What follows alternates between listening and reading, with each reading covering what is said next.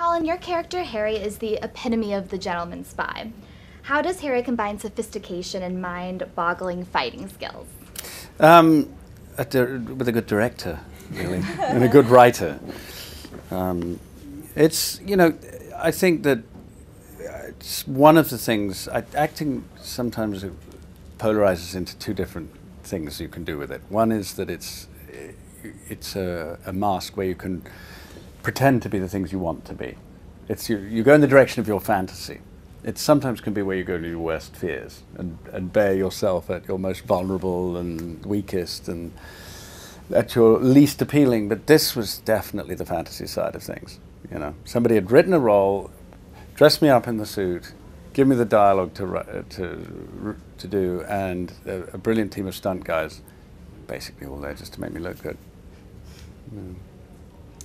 Sophie, can you describe the relationship with your character Roxy and Eggsy? Yeah, I think Roxy is obviously the odd one out because she's, at the start, one of the only girls, and therefore immediately discriminated against. And although she comes from the same social background as a lot of the other guys, she's ultimately the weaker candidate because Kingsman is still quite an old-fashioned institute. And then Eggsy turns up, who she sees as kind of definitely not what she'd expect or the others would expect Kingsman material to be, and through their apparent weaknesses, even though they don't see it as weakness, they form an allegiance together, and ultimately they don't like the other candidates, and they support each other through that, and they're there for each other. Slowly fall in love. Slowly for that's the third one. You bringing that up a lot, Taron. No, I think one of the lovely things about it is the fact that it is platonic, and they're mates, and Eggsy doesn't just see her as someone gorgeous, you know, or it just she recognises that she has integrity and that she's a lovely person and that she's fierce and strong and able and capable, and they kind of both just bond over the fact that they're not sort of unpleasant, needlessly unpleasant, really. Yeah. And Taron, what draws Eggsy to undergo the rigorous Kingsman training?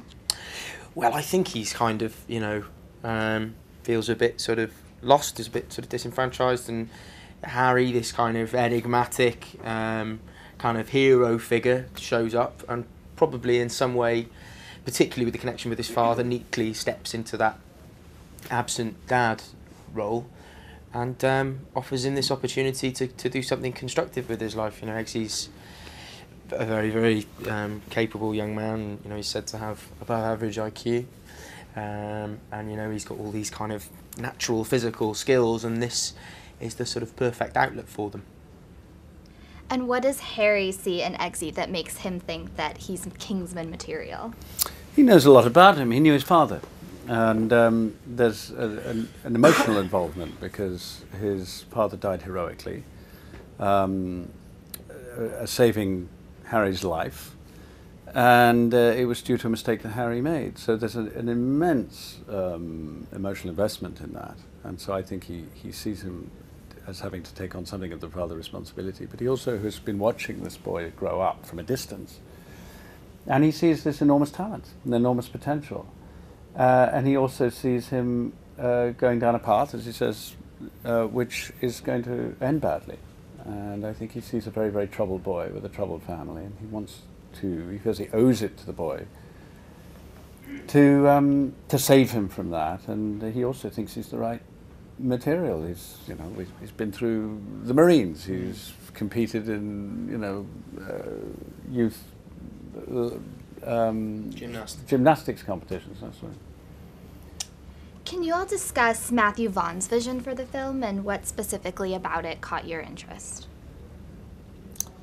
Well, it's utterly his own, isn't it? I think he's... there's this paradox in Matthew, the way I see it, is a mixture of childlike love for cinema. I mean, something almost completely pure, just the fan, the kid who just wants to be enchanted and spellbound and have his mind blown by extraordinary things on the screen. It's as pure as that.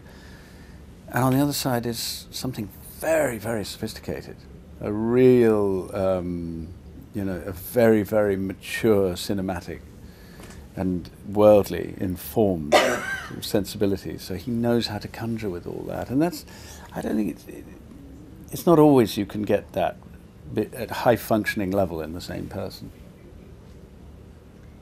And then this question is from the Associated Press for all of you. What's your favorite comic book turned film franchise? I think the X-Men franchise is brilliant. I do. I loved those comics when I was a little boy, and I had all the sort of duvet covers and posters and things. And I think it's just, I just think it's really elegant the way that they've, you know, started with the old cast, brought in these, you know, the new generation with Fassbender and James McAvoy and Nick Holt, Jennifer Lawrence, you know, doing the earlier part of the story. And I just think it all works great with the timelines, and I just think it's very clever and funny and entertaining. Yeah, I'd go with you on that as well, because that's kind of what I grew up with, and I remember seeing it on TV as well, and like, being curious where it all came from, and they're incredible films. Yeah, definitely that. Yeah, same. Taron, can you describe the relationship between Eggsy and Harry? Yeah, well, I think, you know, I sort of slightly touched on it earlier, didn't I? I think it's a kind of, you know, Harry feels, whether, you know, rightly or wrongly, that he let down my dad during the opening sequence when he sacrifices himself to save Merlin and Jack Davenport's character Lancelot and Harry. And, you know, cut to 17 years later, and things haven't gone well from Eggsy. You know, he's got a real nasty piece of work living with him and his mum. His mum, having been a very, very, very sort of together, you know, well presented, but not dysfunctional lady, has turned into a really quite dysfunctional person. You know, seems to be sort of just really down on her luck. So there's a big gap in Eggsy's life for someone to come along and say, you know, buck your ideas up, one, and offer an avenue for him to sort of do something good with his life. So I think, in a kind of weird way, and you know, they kind of, you know, they kind of, it's a sort of father-sonny sort of thing, I think.